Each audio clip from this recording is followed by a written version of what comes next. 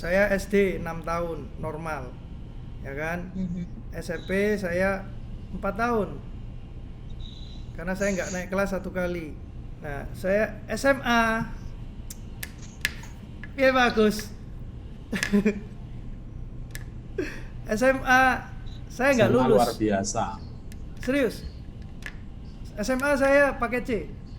Saya rasa kalian kalau disekolahkan sama orang tua kalian, percayalah, sekolah itu investasi. Si Pak Jack ini sempat berurusan dengan mohon maaf, kepolisian waktu itu Pak Jack ya. Ya, saya sungkan mau ngomong Pak Agus. Cuma ya, kalau Pak Agus enggak bilang, apa-apa, karena saya nggak sharekan malu, saja. saya nggak malu. Ya, saya sharekan saja. Kemudian Pak Parjo ini, jangan Pak. Saya waktu itu berdiskusi, Pak, kita upayakan untuk kita ambil saja Pak. Jangan Pak, itu Biar pendidikan buat anak saya.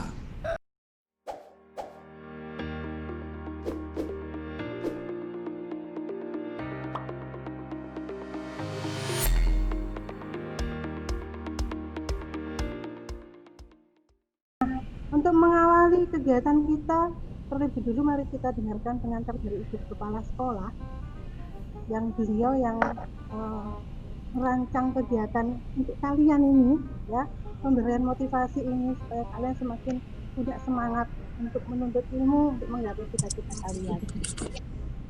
Untuk Bu Ilin, saya persilakan, monggo dengan kata pengantarnya. Ya, terima kasih Bu Monik. Selamat pagi Ibu Bapak dan juga anak-anak yang terkasih. Terlebih untuk pembicara yang hebat hari ini, Kak Jack. Untuk adik-adik bisa hadir, luar biasa. Saya memimpikan hari ini sebagai hari yang sungguh-sungguh bisa memotivasi kita semua untuk kita semakin semangat dalam belajar walaupun dalam masa pandemi ini. Tidak ada hal yang terlalu sukar untuk kita mencapai kesuksesan.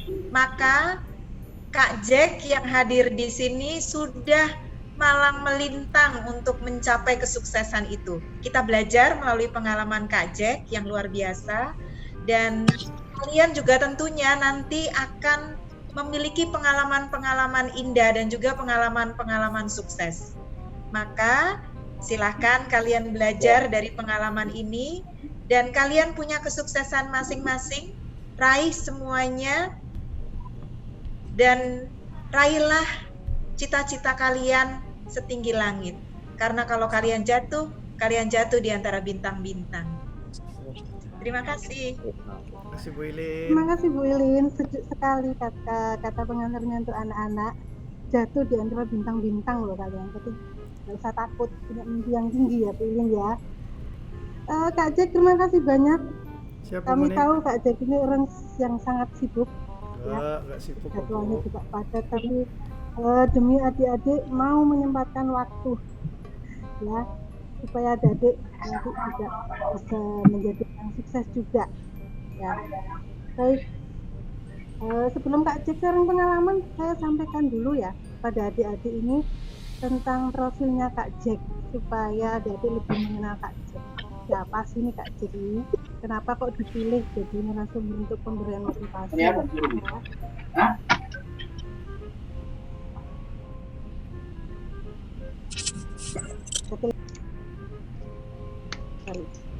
Nah, ini untuk riwayat pendidikannya ya. TK di TK Caritas 1, SD-nya, elementary school-nya di SD Caritas 1 juga, dan SMP-nya Junior High School menempuh pendidikan di SMP Santo Yosef tahun 2001 sampai dengan 2005. Kemudian melanjutkan ke Senior High School SMA Santo Carolus Surabaya tahun 2005 sampai dengan 2006. Ini tertulis melanjutkan Colegio Prudente de Moares Sao Paulo, Brasil tahun 2006 sampai dengan 2007. Iya, nanti mungkin Kak Cik juga bisa sharing kok, bisa waktu saat SMA bisa sampai di Brasil ya. Iya Bu. Setelah itu untuk jenjang S1 Kak Cik menempuh di Universitas Ciputra jurusan Kata kok diputar Kelas bos. International Business Management tahun 2007 sampai dengan 2011. Iya, Bu. Kemudian S2-nya di kampus yang sama, Ah, Kak Jack lanjut di Family Business Management tahun 2012 sampai dengan 2014. Betul, Bu. Nah, Kak Jack ini orang yang tidak puas dengan belajar ya, sudah lulus S2, masih lanjut lagi S3, Universitas 17 Agustus 1945, mengambil jurusan ekonomi tahun 2015 sampai dengan tahun 2020. Betul, Bu. Oke, selamat pagi teman-teman, adik-adik yang saya kasihi, yang saya sayangi. Apa kabarnya kalian? Semoga kalian semua baik-baik semua ya. Mohon maaf mungkin yang belum di mute, anak-anak di mute dulu suaranya biar gak masuk. Ya, terima kasih. Oke, selanjutnya terima kasih juga untuk Bu Ilin dan Pak Ari yang memberikan saya kesempatan untuk sharing kepada kalian semua ya. Jadi saya ini jujur aja bingung kadang kalau disuruh ngomong kayak gini, suruh memberikan contoh kepada kalian yang dimana saya pada saat usia kalian nggak mungkin dibayangkan hari ini bisa ngomong kayak gini. Pasti itu.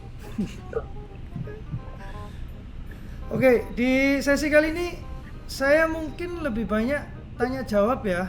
Jadi saya kalau misalnya disuruh sharing pengalaman ya gimana ya, saya juga orang gak kebagusan sih kalau disuruh sharing pengalamannya sendiri, karena saya jujur. Kalian kalau tanya sama Pak Ari ya, suatu saat nanti kalian kalau udah masuk sekolah, kalian tanya sama Pak Ari, zaman saya masih SMP, waduh, jangan, bisa lulus SMP aja udah bagus itu. Saya bolos, iya, ya kan, nakal, iya, nggak naik kelas, saya kelas 2 SMP di Santo Yosef saya nggak naik loh. Loh bener, kalian jangan bayangkan gelar saya doktor, ya kan, saya sekolah sampai S3.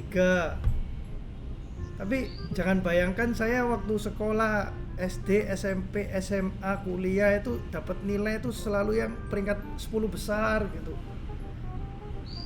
Saya SMP kelas saya urutkan aja ya. Saya SD 6 tahun normal, ya kan. SMP saya 4 tahun. Karena saya nggak naik kelas 1 kali. Karena saking nakalnya saya. Lalu SMA, ya ini sebenarnya lucu sih, pahit juga. Saya SMA paket C loh guys, anak-anak, teman-teman. Mas Arka mungkin boleh di mute. Arka di mute dulu nak. Di mute dulu nak. Nah, oke, terima kasih. Terima kasih Kak. Nah, saya SMA. Oke, bagus. SMA saya nggak lulus. Luar biasa. Serius. SMA saya pakai C.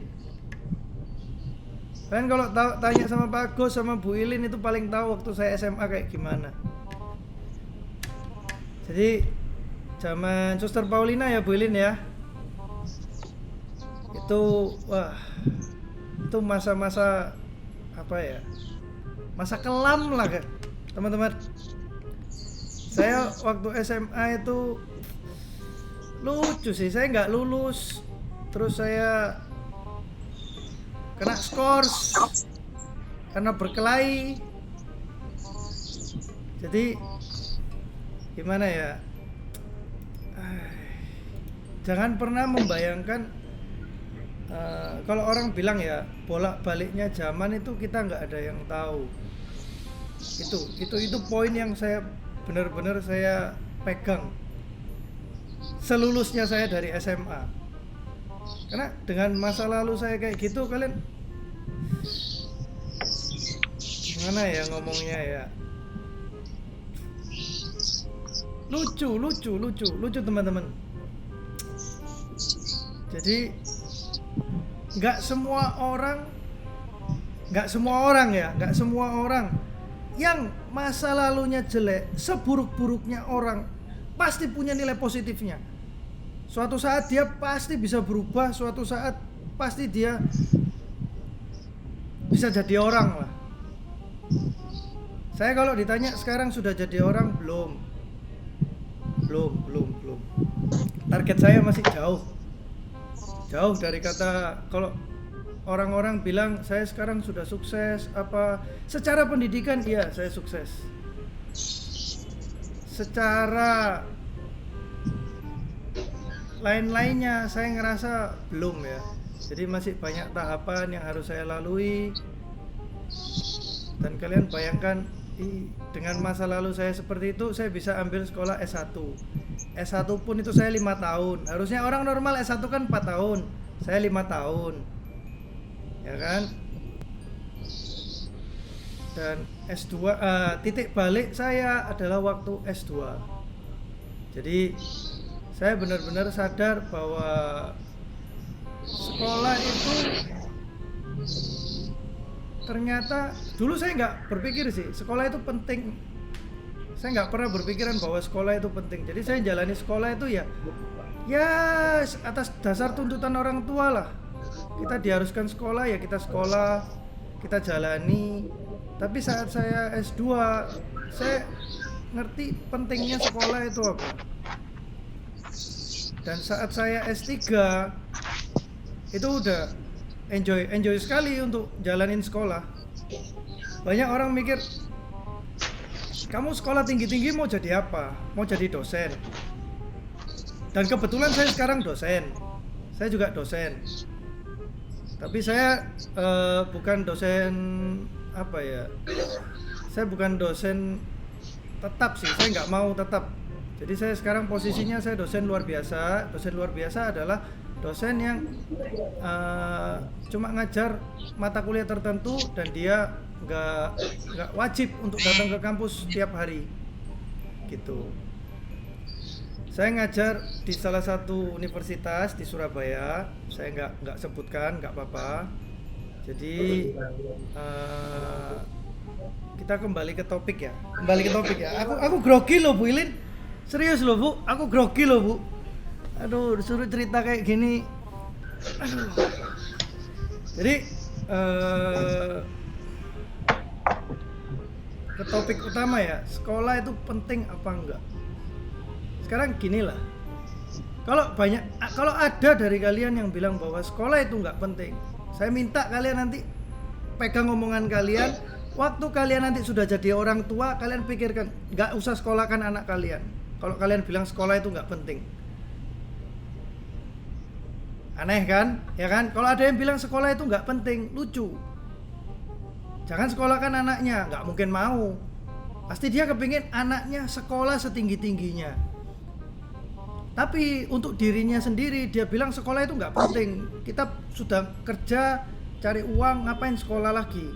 Ya kita fokus kerja, cari uang untuk sekolahkan kamu. Nah kan lucu. Nah kita mungkin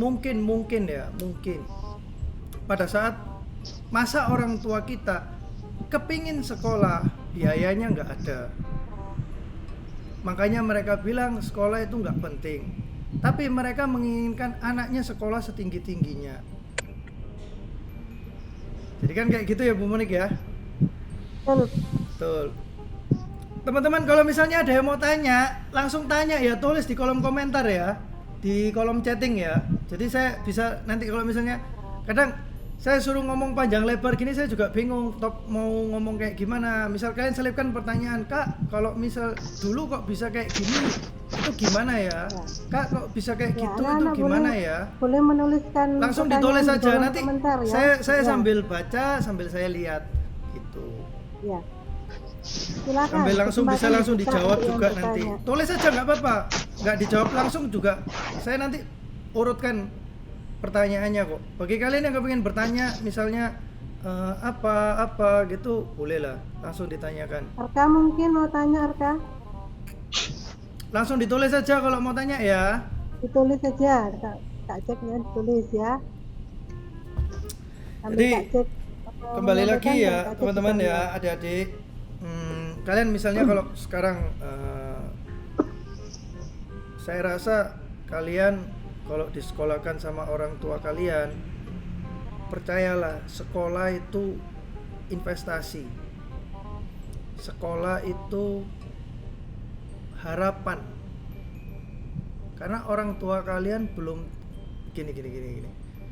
Karena orang tua kalian nggak tahu ke depan kalian nanti mau jadi apa. Karena orang tua kalian nggak bisa menentukan. Orang tua kalian hanya bisa memberi kalian bekal melalui pendidikan. Jadi pendidikan kalian itu suatu saat kalau misal gini, saya kasih contoh ya supaya lebih gampang kalian terimanya ya. Saya kasih contoh. Semisal kalian nggak punya kemampuan apa-apa. Siapa ini yang mantul ya? Yang belum di-mute tolong di-mute dong, teman-teman. di mute nak. Samuel Kevin mungkin di-mute. Oke, thank you. Mas Yeye tolong di-mute. Sorry ya, mantul soalnya. Keras sekali di telingaku. Caranya Thank you, biar thank you. nggak masuk, tolong di mute dulu nak. Jadi gini, saya kasih contoh ya. Semisal kalian punya gelar tinggi. Banyak orang bilang, ngapain sih sekolah sampai tinggi-tinggi sekali? Jawabannya adalah, semisal kalian ngomong paling jelek, kalian cacat tangan dan kaki. Misal kalian, saya nggak mendoakan ya, tapi saya memberikan contoh misal kalian cacat tangan dan kaki, sehingga kalian nggak bisa beraktivitas kemanapun. Kalian hanya punya mulut dan kepala. Kalau kalian punya tingkat pendidikan yang tinggi, kalian punya gelar yang bisa dipertanggungjawabkan, kalian masih bisa cari uang kok. Pasti dong. Kenapa saya bilang pasti? Jual ilmu, kalian mengajar, itu masih bisa mendapatkan hasil tanpa kalian punya tangan maupun kaki. Kalian bisa minta tolong orang misal untuk bikinkan PowerPoint-nya, tapi kalian yang jadi speaker, kalian jadi pembicaranya. Kan itu sebuah apa ya, saya bilang investasi yang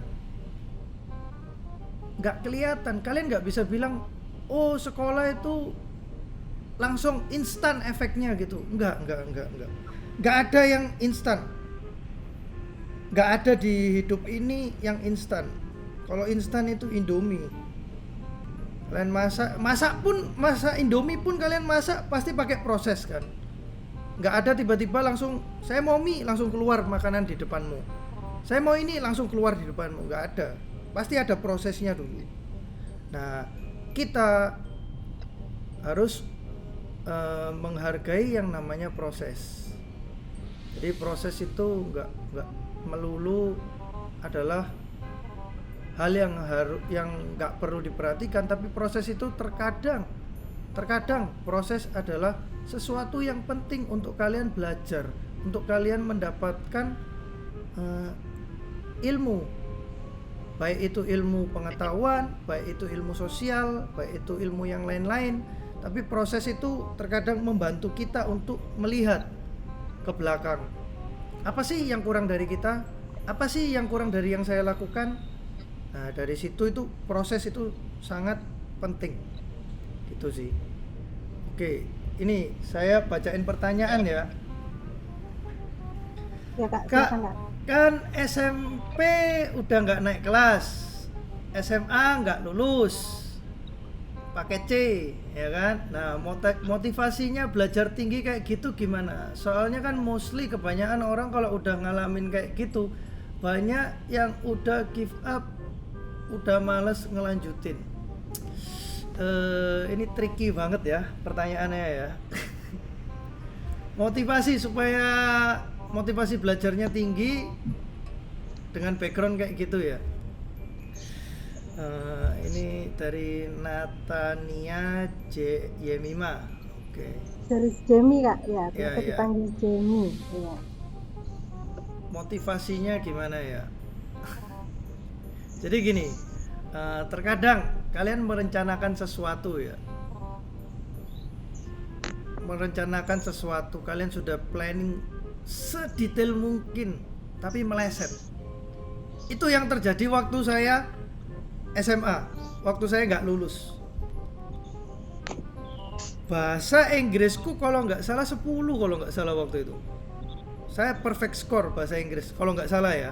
Saya ingat 98 atau 100 saya lupa. Bahasa Indonesiaku itu 92 nilainya. Matematikaku 34,6. Satu soal aja aku bener ya, aku lulus. Nyesek nggak kalian kalau kayak gitu? Ya, dari 3 mata pelajaran ya, 2 ini udah nilainya 90 ke atas. Satu pelajaran matematika 34,6. Dan dimana kalau satu soal matematika itu betul, saya ngawurnya betul, ya kan? Saya lulus.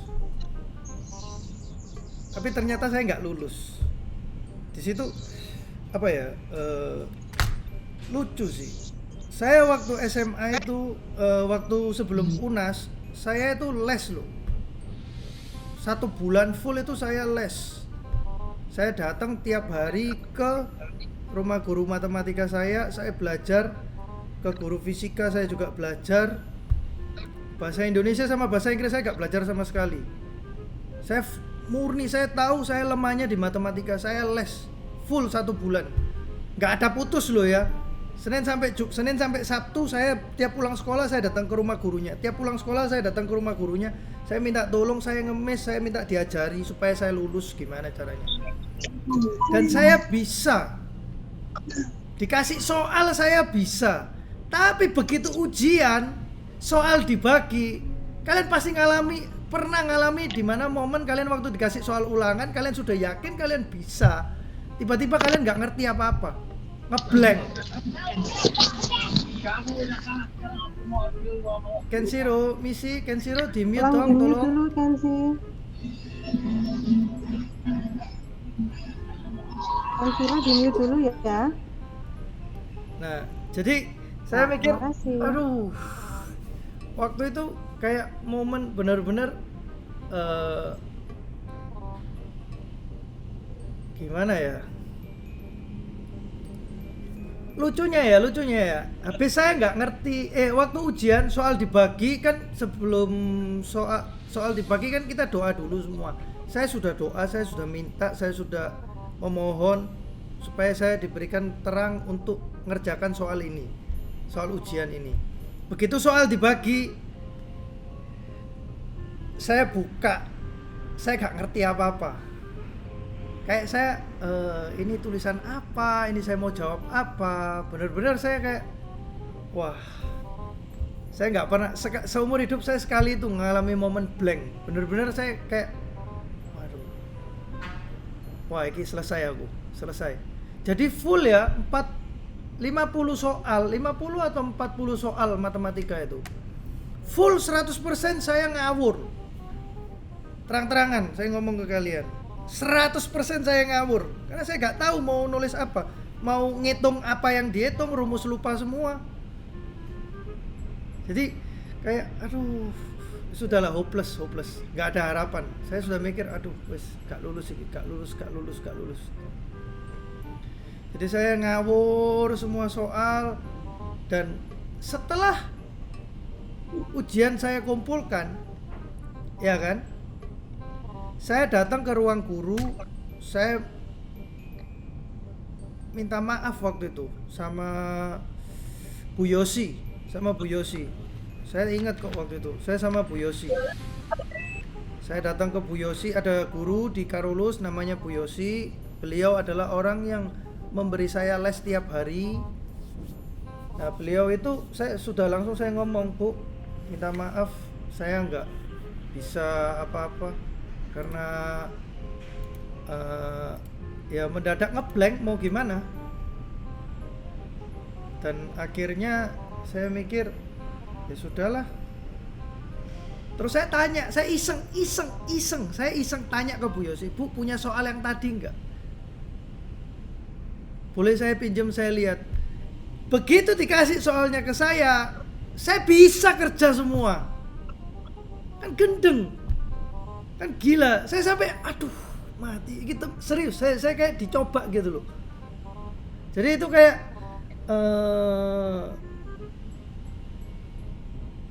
momen epic sih itu, momen yang nggak bisa dilupakan sih. Jadi kayak, dan saat saya nggak lulus, kebetulan papa saya itu malunya, parah sih, parah malunya. Papa saya kalau nggak salah ketua forum orang tua waktu itu. Ya benar ya Bu Ilin ya? Iya, ya bagus ya. Iya, papa saya ketua forum orang tua satu sekolah dan saya gak lulus. Ya opo perasaannya papaku? Kalian pikirkan. Oh itu saya down sekali. Saya down, benar-benar saya drop sekali waktu itu.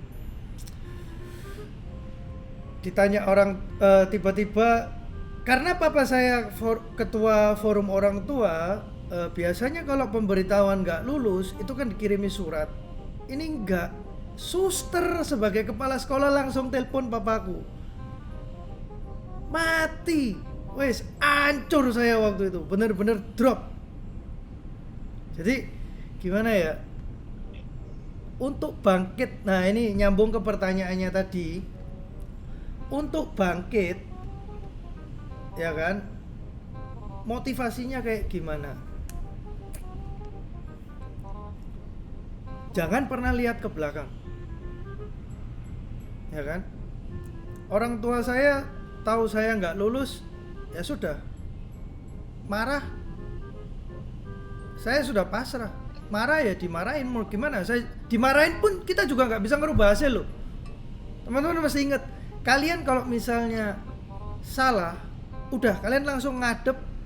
Saya minta maaf, saya minta ampun, ke depan saya perbaiki. Itu, tapi untuk kalian dapat mental itu, untuk motivasinya, ya itu berapa lama ya? Saya 2-3 bulan itu ngurung diri di rumah itu, gak berani kemana-mana. Bukan karena saya gak mau ya, tapi takut sama orang tua saya. Saya takut, karena saya udah bikin kecewa itu, parah sekali. Mencoreng muka orang tua saya itu udah, wah. Belum kena kasus yang lain ya, Bu Ilin, Pak Agus. Itu wah, benar-benar saya susah dijelaskan. Jadi motivasinya kalau kalian supaya bisa bangkit dari apapun, selalu percaya. Percaya sama diri kalian sendiri bahwa kalian mampu. Jangan percaya sama yang lain ya. Tuhan, boleh kalian percaya sama Tuhan, tapi Tuhan itu hanya membantu, menguatkan dirimu. Tapi yang menjalankan itu kamu, bukan orang lain. Jadi orang tua kalian pun juga nggak bisa apa-apa sebenarnya. Mereka hanya bisa membantu support ke kalian bahwa sudahlah, nggak usah terlalu dipikirin, sudahlah apa, tapi intinya tetap di kamunya sendiri. Jadi kalian kalau misalnya sedang down, banyak-banyaklah berdoa. Memang berdoa nggak menjamin ya, tapi berdoa itu membantu kamu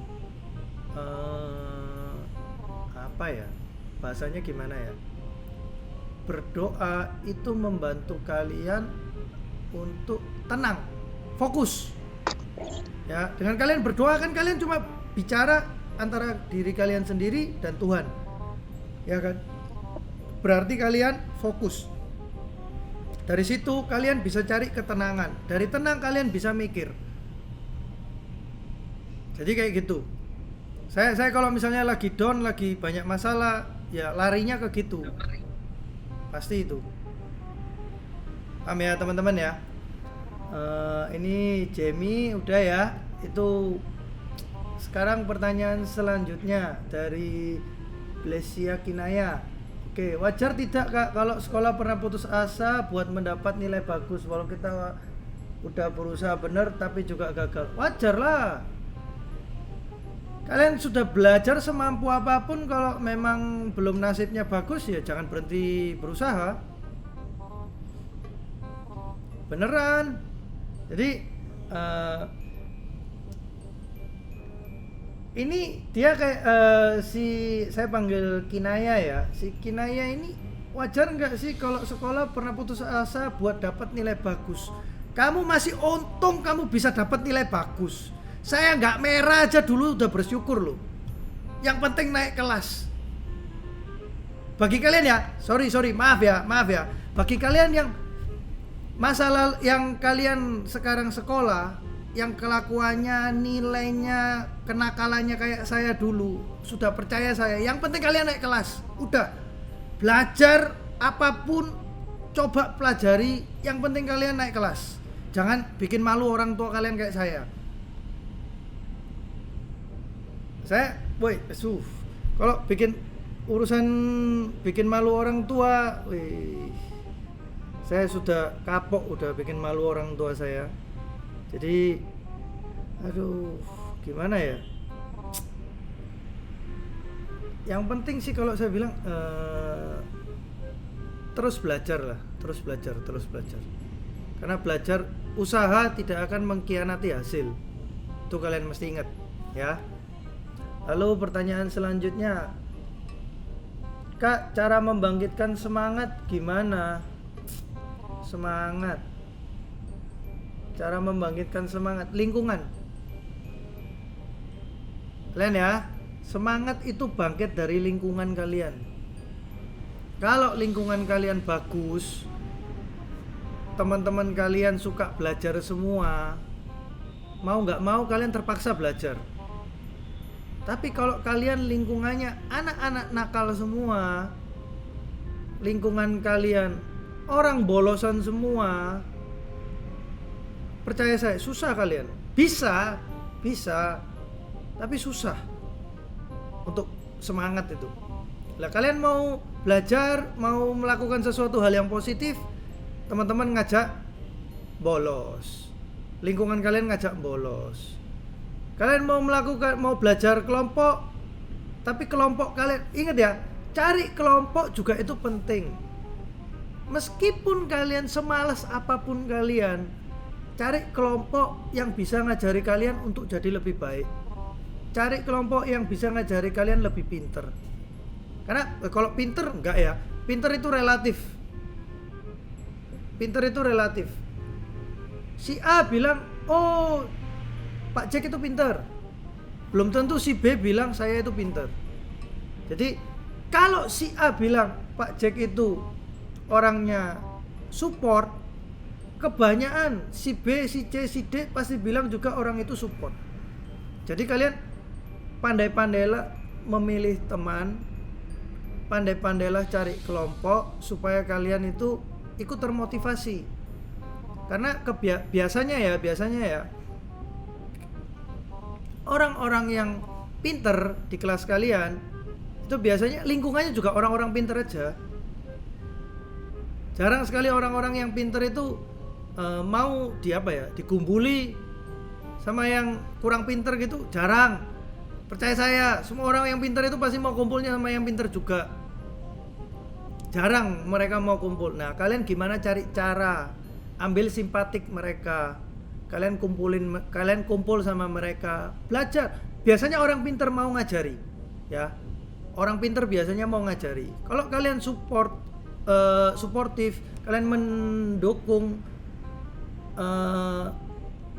misal kalian sering belikan gini. Saya dulu bodoh, ya. Tapi saya ngerti caranya cari uang. Jadi saya punya uang jajan lebih di luar dari yang orang tua saya kasih. Nah, uang jajannya untuk apa? Traktir teman yang pinter-pinter. Belikan bakso di kantin, ya kan? Belikan makan, ya kan? Supaya apa? Mereka, oh orang ini baik ternyata sama aku. Kita mau belajar sama dia, dia pasti open. Itu sih, kalau itu cara saya dulu deketin orang yang pinter-pinter itu kayak gitu. Karena saya sadar bahwa saya itu dulu bodoh. ya kan? Jadi ya cara supaya saya bisa pinter ya saya harus dekat sama orang yang pinter dong. Karena mereka pasti punya cara untuk belajar. Karena tingkat kecerdasan orang itu berbeda-beda. Ada orang dikasih 1 lembar kertas, dia baca cuma tengahnya aja, dia sudah tahu 1 lembar kertas itu isinya apa. Ada orang dikasih 1 lembar kertas, dibaca 1 jam 2 jam, gak ngerti-ngerti isi kertas ini artinya apa. Jadi kalian dekat sama orang yang pintar itu bukan belajar apa yang dia pelajari, tapi kalian belajarlah bagaimana cara dia belajar. Beda ya teman-teman ya. Pelajari bukan yang dia pelajari, tapi pelajari cara dia mempelajari sesuatu. Caranya, prosesnya itu penting sekali teman-teman. Jadi kalau kalian ngerti cara dia belajar kayak gimana, kalian tinggal niru. Oh, stylenya dia kayak gini. Oh, ternyata yang harus diperhatikan itu poin ini. Jadi kalian akhirnya ketularan gitu loh, ketularan ngerti cara untuk pinter. Bukan ketularan pinter ya. Pinter itu tergantung kalian mau jadi pinter apa enggak. Tapi kalau kalian tahu cara untuk pinter itu gampang. Paham ya teman-teman ya. Aduh. Lanjutnya, Naftali Edlin, apa motivasi utama Kak Jack sampai melanjutkan pendidikan ke jenjang S3? Wow, motivasi utama ya. Jujur ya. Kalau papa saya pernah bilang ke saya, kalau kamu sukses di bidang pekerjaan, kamu kaya, saya biasa. Saya dibilang bangga pasti bangga, tapi kepuasannya nggak dapat. Tapi kalau kamu sekolah sampai mentok, itu sesuatu yang nggak bisa saya beli pakai uang saya. Itu motivasi saya untuk banggakan orang tua.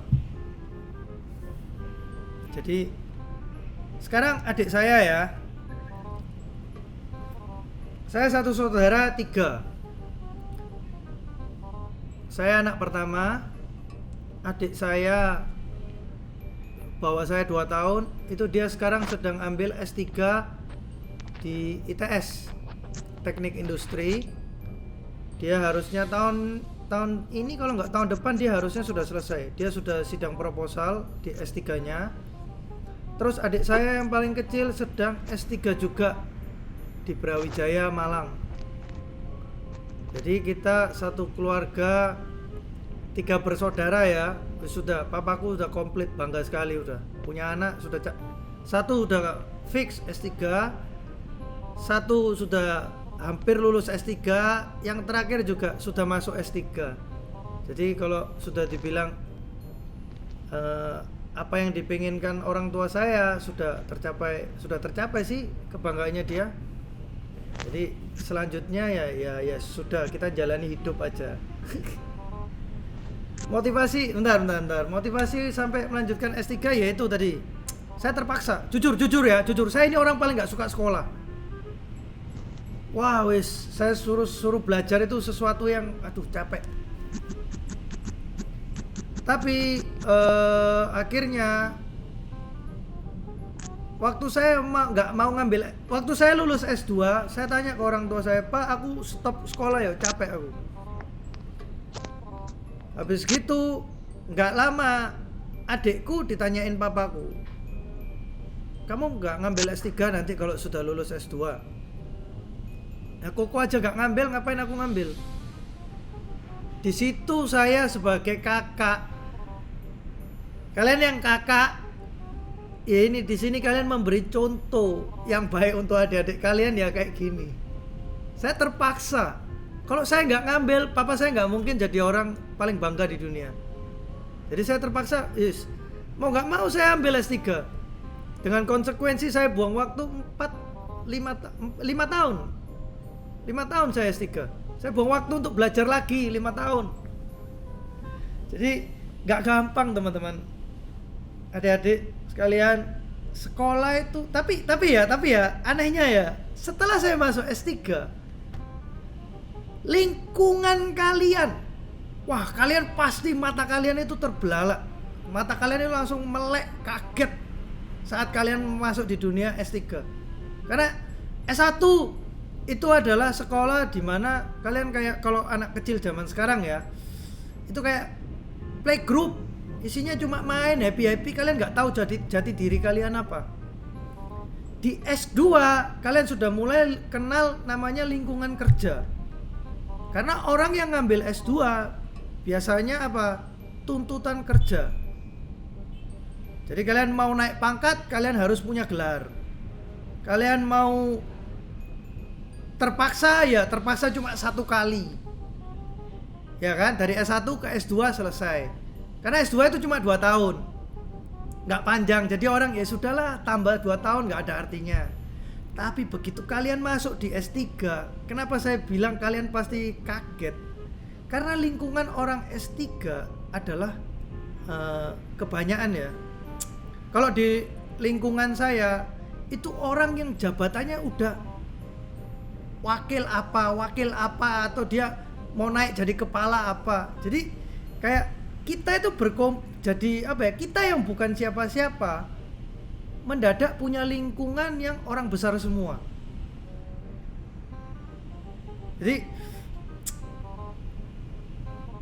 gimana ya, seru. Kalian kalau ngambil, percaya saya, kalau kalian sampai S3 itu seru banget teman-teman. Jadi saya buka lah ya. Ada bukan beberapa ya, mayoritas teman-teman saya di S3 itu selain dia misal dekan, wakil rektor, terus wakil kepala dinas, terus dia mau naik jadi kepala dinas dia harus punya gelar S3. Jadi kayak lingkungan kalian itu jadi kayak luas sekali gitu loh. Kita dulu ngerasa bahwa oh ternyata lingkunganku ini kayak gini, aku sudah merasa lingkunganku ini bagus, besar, ya kan. Begitu saya masuk di S3, oh ternyata banyak sekali yang saya nggak ngerti apa-apa. Dan saat itu kalian menemukan, kalian harus cari ya, yang harus kalian cari di tempat lingkungan sekolah adalah seni di mana kalian enjoy untuk mau tahu, enjoy untuk kepo. Bahasa anak sekarang kan kepo kan, kepengen tahu urusan orang lain kan. Tapi ini kalian kepengen tahu dunia yang lain di luar dunia yang kalian punya sekarang. Itu sih kalau di S3 itu saya mikirnya yang saya dapat seperti itu ya. Oke, sekarang lanjut dari Pak Ari. Kak Jack, kalau dilihat dari jarak antara rumah sekolah termasuk jauh, di atas 20 km.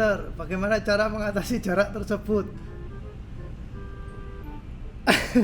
Pak Ari, teman-teman ya, bagi kalian yang ngerasa, aduh sekolahku jauh, percaya aku, sekolahku paling jauh daripada kalian, rumahku paling jauh daripada kalian.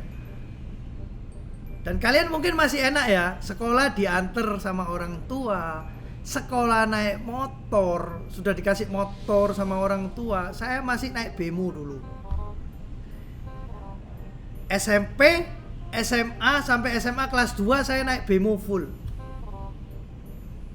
Jadi jarak dari rumah saya ke Santo Yosep itu 21 kilo. 21 km. Ya kan? Jarak dari rumah saya ke Karolus SMA itu 24 km. Jadi kalian kalau bilang rumah saya jauh, astaga, saya yakin rumahku paling jauh. Karena orang taunya dulu rumah saya di mana, di Krian. Kalian bayangin, rumah di Krian, sekolahnya di Santo Yosep. Rumah di Krian, sekolahnya di Karolus. Dan saya nggak pernah telat. Gak pernah telat. Jadi kalian yang susah bangun, percaya saya, bangun pagi. Karena bangun pagi itu banyak manfaatnya. Mungkin kalau kalian nanti sudah agak besar, kalian mau apa ya, semua itu kayak gini lah. Kalau ada pepatah orang Chinese bilang ya, bangun pagi supaya rezeki nggak dipatok ayam, itu bener sih, bener, ada benernya, bukan 100% bener ya. Nah bayangkan kalau orang yang kerjanya saham, dia baru bisa kerja jam 12 malam, kan nggak bisa kamu bilang rezekinya dipatok ayam kalau nggak bangun pagi.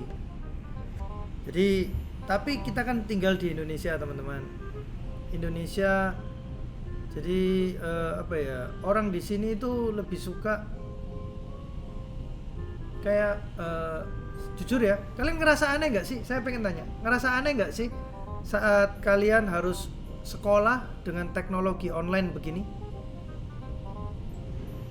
Aneh kan ya? Saya merasa, karena saya juga ngajar online. Saya ngajar online itu kayak lebih baik tak kasih tugas, wis gak usah kuliah. Jadi saya kasih mereka tugas udah nggak usah kuliah karena nggak enak. Saya ngerasa itu kayak ngajar online itu, kalau kita nggak bersosialisasi dengan orang itu kayak rasanya ada yang kurang gitu loh. Tapi kembali lagi, kita harus memanfaatkan teknologi. Kalian kalau misal ya, tujuan sekolah itu, nah ya, ini kembali ke topik utama kita ya. Sekolah itu penting nggak sih? Sekolah itu adalah hal terpenting di mana kalian harus datang ke sekolah untuk bersosialisasi dengan orang-orang. Manfaatkan waktu kalian untuk bersosialisasi. Jangan manfaatkan waktu kalian untuk me time sendiri gitu, menyendiri itu. Aduh, itu udah gak bener itu. Kalian kalau sekolah menyendiri di rumah aja baca buku, pasti kalian lebih pintar daripada orang-orang yang sekolah. Percaya saya. Kalian baca buku, pasti kalian lebih pintar daripada orang yang sekolah. Tapi kalian di sekolah itu cari momen kalian yang fun, cari kenangan-kenangan yang gak bisa kalian lupakan nanti. Saat kalian sudah beranjak lebih besar, lebih dewasa, kalau kalian di sekolah, kalian memupuk persahabatan yang bagus dengan teman-teman kalian, suatu saat kalian nggak tahu suatu saat teman kalian itu jadi apa. Misal siapa yang tahu suatu saat teman kalian ada yang jadi presiden, ada yang jadi menteri, kalian nggak ada kerjaan, kalian tapi dulu berhubungan baik sama teman itu, ya kan? Kalau kalian berhubungan baik sama teman kalian, terus kalian tiba-tiba waktu dia jadi menteri kalian kontak, dia nganggap kalian bukan orang lain, dia nganggap kalian teman SMP. Tiba-tiba kalian dikasih kerjaan, sudah beres masalah. Gak ada yang bilang cari kerjaan susah, ya kan? Jadi ya waktu sekolah itu manfaatkan bener-bener, kalian cari momen apa yang nggak bisa kalian lupakan. Kalian harus sekolah yang fun. Jangan merasa kalian sekolah itu beban ya. Cari benangnya, cari benang merahnya di mana kalian sekolah itu. Oh, enak banget sekolah itu. Itu yang harus kalian cari, ya. Oke, selanjutnya. Halo Kak, saya ada pertanyaan. Apa yang Kakak lakukan untuk tetap semangat dan mau berjuang? Karena saya sendiri sudah ada niat, tetapi tetap saja selalu ingin menyerah.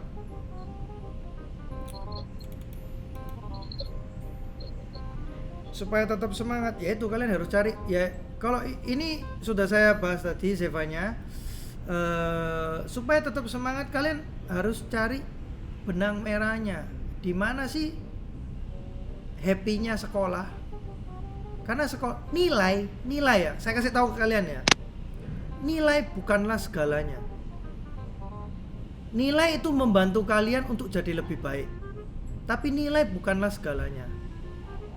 Ini mungkin aku kalau ngomong kayak gini dimarahi sih. Harusnya nggak boleh ya Bu Ilin ya. Nilai bukanlah segalanya. Tapi menurut saya karena saya sudah ngalami sekolah segitu lama. SD, SMP, SMA, S1, S2, S3, sekolah sudah nggak ada lagi. Jadi saya merasa nilai bukan segalanya. Tapi kembali lagi, fun-nya itu di mana sih sekolah? Itu yang harus kalian cari. Dengan kalian fun, hati kalian happy, kalian waktu belajar itu gampang sekali masuk. Nilai kalian otomatis. Nilai itu bonus kalau untuk saya. Jadi kalian cari fun-nya. Misal kalian susah belajar matematika ya, cari cara supaya belajar matematika itu enak, itu kayak gimana sih? Ya kan? Fisika itu susah, cari cara supaya belajar fisika yang enak itu kayak gimana sih? Jadi cari caranya untuk belajar, bukan cari belajar supaya nilai bagus. Jadi kita rubah mindset kalian, gitu ya. Terus lanjut ke pertanyaan selanjutnya. Kakak ngajar jadi dosen? Yes, saya dosen Mas Arka. Apa sih Kak yang bikin kakak masuk S2 atau S3 itu tiba-tiba muncul keinginan atau memang dari awal? Itu udah saya jawab tadi ya. Kalau iya jadi dosen di mana? Ada deh. Kalian kalau mau tahu aja, kepo kalian ini. Jangan kepo ya. Saya ngajar di salah satu kampus di Surabaya. Kak, bagaimana tips untuk menentukan tujuan hidup? Tujuan hidup ya.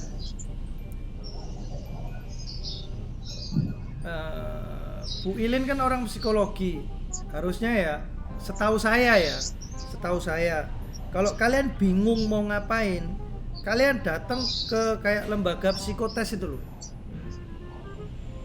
Serius, kalau kalian nggak tahu, aku iki ahli ini apa sih? Kalian psikotes, udah, nanti keluar kalian bakatnya apa-apa, ikuti, wes daripada susah kalian. Ya benar ya Bu Ilin ya, ada kan di psikotes kan kita bisa tahu kalian bakatnya apa. Dan saat psikotes usahakan kalian tidur cukup. Sebelum psikotes usahakan kalian tidur cukup sehingga waktu kerja psikotes yang keluar itu adalah hasil maksimal. Kalau kalian tidur gak cukup, hancur hasilnya, gak relevan. Ya. Terus selanjutnya Anya, Kak, saya ada pertanyaan. Apa yang kakak laku? Oh ini udah. Udah,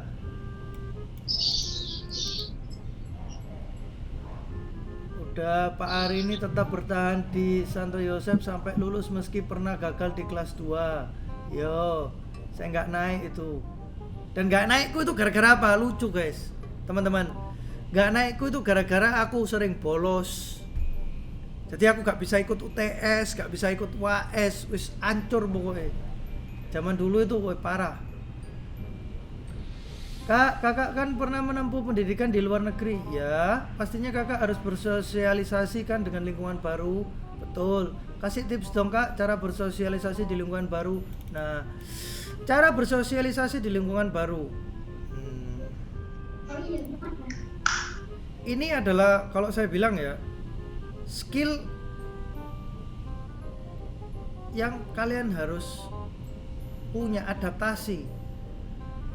Jadi skill adaptasi adalah skill dimana di kondisi apapun kalian harus berusaha, harus bisa hidup.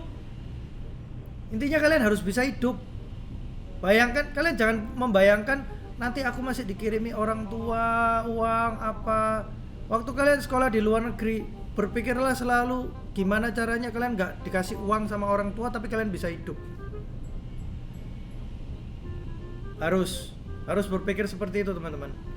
Jadi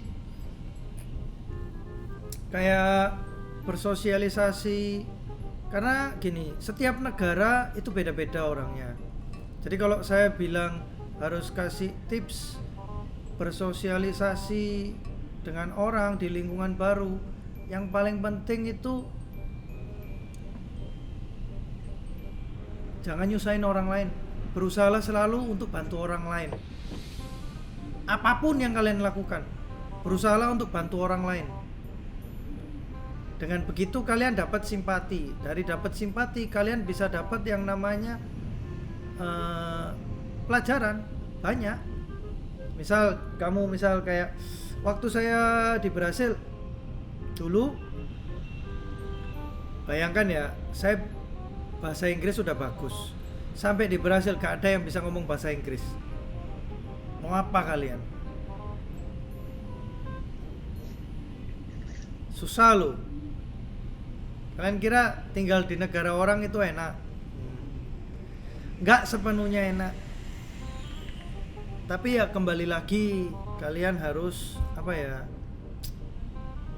Selalu ini ada satu poin yang kalian harus terapkan. Kalau menurut saya ya, menurut opini saya, pendapat saya, yang harus kalian terapkan di diri kalian supaya kalian nggak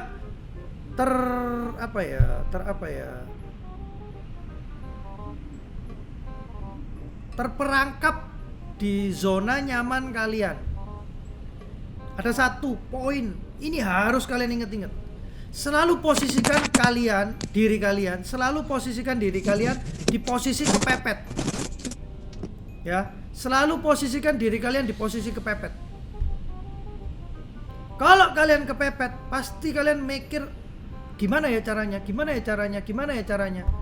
Nah, nanti di situ kalian nemu jalan. Di situ kalian tambah pinter, di situ kalian tambah pengalaman. Kalau kalian merasa, ya sudah ini masih oke lah, besok masih santai, ya sudah, kalian gitu terus pasti. Tapi kalau misalnya, aduh gimana ya, ini kalau nggak selesai hari, kita tahu, kalau misal kalian dikasih tugas, ya, kalian dikasih tugas, dikumpulkannya minggu depan, posisikan besok harus dikumpulkan. Di situ kalian pasti nanti mikir, kalian cari cara gimana caranya kerjaan itu selesai. Nah, setelah itu kalian punya waktu luang. Di saat waktu luang itu, kalian punya waktu luang, kalian nanti bisa ya ini, bisa itu. The power, kalau orang-orang bilang the power of kepepet. Nah, itu kalian posisikan setiap hari. The power of kepepet itu tapi bikin hidup kalian itu selalu di pinggir jurang. Jadi kalian nanti tambah pinter, tambah maju. Pasti itu, saya yakin. Kalau kalian tiap hari kepepet, pasti hidup kalian. Ya.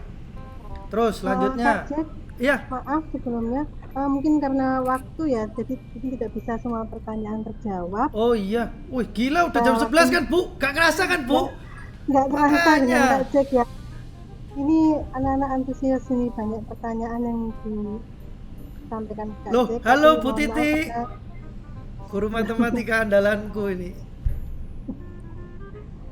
Halo Bu Naning. tidak terasa.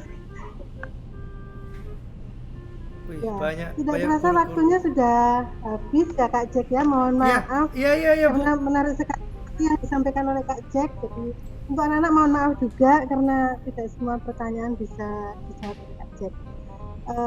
Dari apa yang sudah disampaikan Kak Jack, saya akan mencoba untuk membuat suatu kesimpulan. Ya.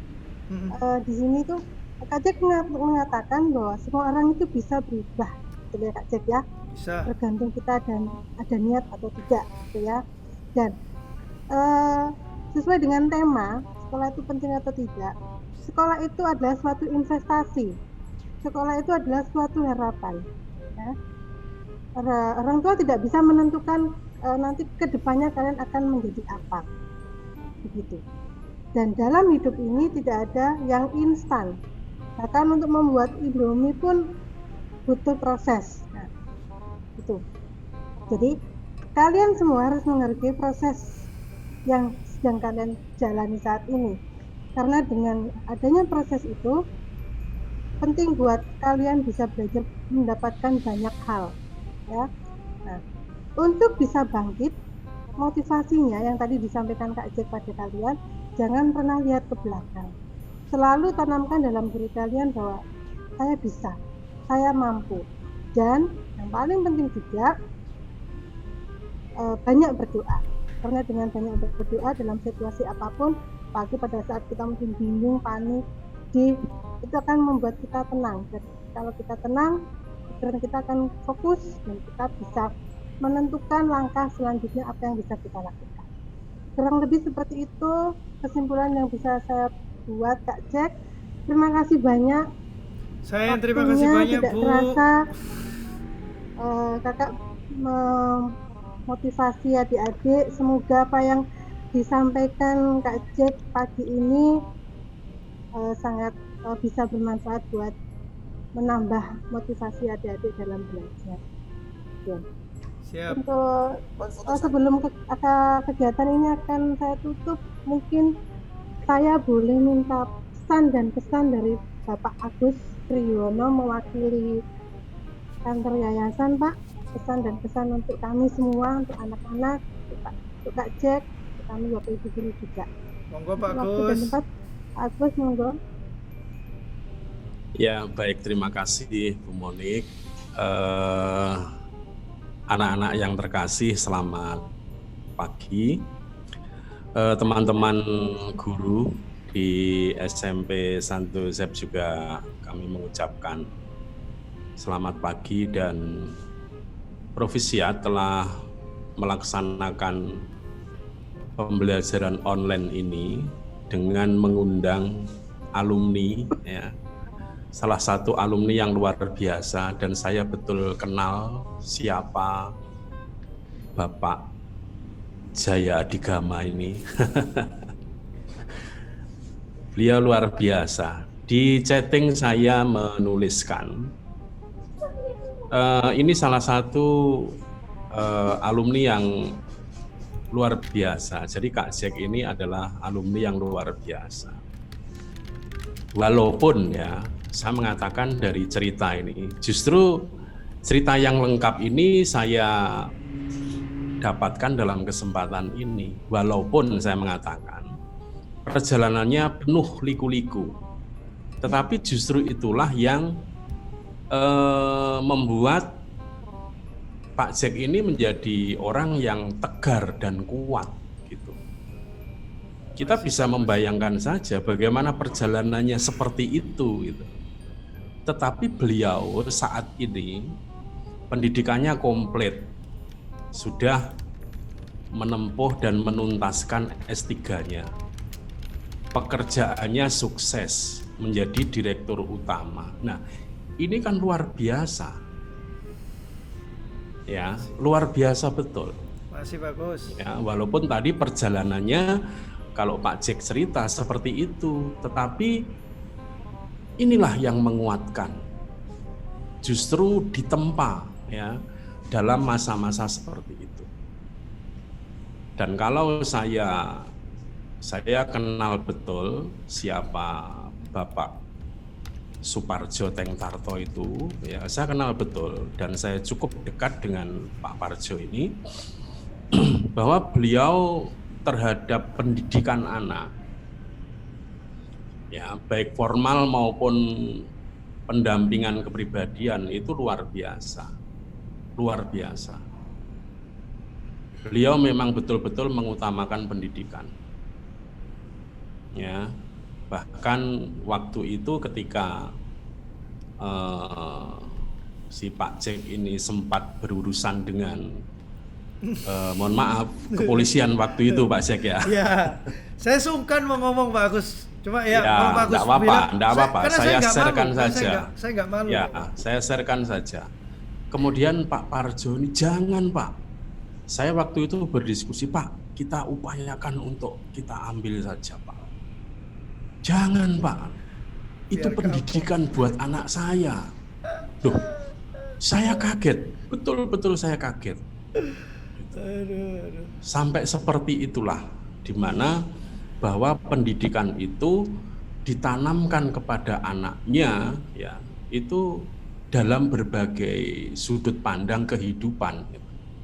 Jadi saya appreciate sekali kepada Pak Jack ini dan terima kasih telah men-sharingkan. Dan menurut saya dalam saya mengikuti sharing dari Pak Jack ini tidak ada yang ditutup-tutupi, ya, tidak ada yang ditutup-tutupi, buka semuanya, ya, dan itu luar biasa terhadap dirinya sendiri, luar biasa. Mereka beliau mampu men-sharingkan itu, dan tentunya pada anak-anakku sekalian, yang namanya sharing itu sesuatu yang belajar yang bersumber dari orang lain gitu. Nah, ketika belajar dari orang lain itu ada sesuatu yang baik untuk saya ambil, untuk saya pakai dalam pegangan hidup.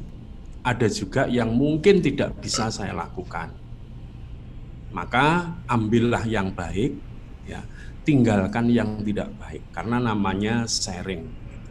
Ini pesan saya untuk anak-anakku sekalian ya yang sekarang masih menempuh studi ya di SMP ini ya. Maka dari itu sekali lagi terima kasih untuk Pak Jack yang sudah men-sharingkan dan memotivasi adik-adiknya ya. Sekali lagi terima kasih dan salam untuk Pak Parjo. Lama sekali saya tidak berjumpa dengan beliau ya. Dan juga kepada adik-adik sekalian ya, sukses, kalian sudah mengikuti proses dari awal hingga akhir. Saya kembalikan kepada Ibu Monik dan terima kasih. Terima kasih Pak Agus atas pesan dan kesannya. Nah baik, untuk kegiatan ini akan kita tutup dengan doa. Akan saya pimpin secara Katolik. Dalam nama Bapa dan Putra dan Roh Kudus. Amin. Terima kasih Bapa atas kesempatan yang telah Bapa berikan pada kami, sehingga kami boleh mendapatkan ilmu dan motivasi dari narasumber kami. Semoga apa yang kami dapatkan tadi bisa berguna bagi kehidupan kami. Berkatilah juga narasumber kami ya Bapak, semoga semakin sukses dan usahanya bisa semakin berkembang. Kemuliaan kepada Bapa dan Putra dan Roh Kudus, seperti pada permulaan, sekarang selalu dan sepanjang segala abad. Amin. Dalam nama Bapa dan Putra dan Roh Kudus. Amin. Terima kasih untuk Kak Jack yang sudah menyempatkan waktu. Terima kasih teman-teman. Terima kasih Pak. Berkenan join juga. Terima kasih banyak semuanya. Terima kasih banyak Jack, luar biasa, keren. Pak Agus, Bu Nani, Bu Titi. Putranya sekolahkan Yosef ya. Lebihnya. Siap. Boleh silakan. Ya. Ya, ditunggu di Yosef untuk main-main. Siap Pak. Ketemu langsung. Sampai ketemu ya semua. Dadah, salam sukses selalu. Main basket di Santo Yosef. Siap, nanti langsung tak kontak Pak Ari nih. Siap. Thank you. Terima kasih untuk anak-anak semuanya. Best. Terima kasih anak-anak, keren, sukses selalu. Terima kasih Bapak Ibu.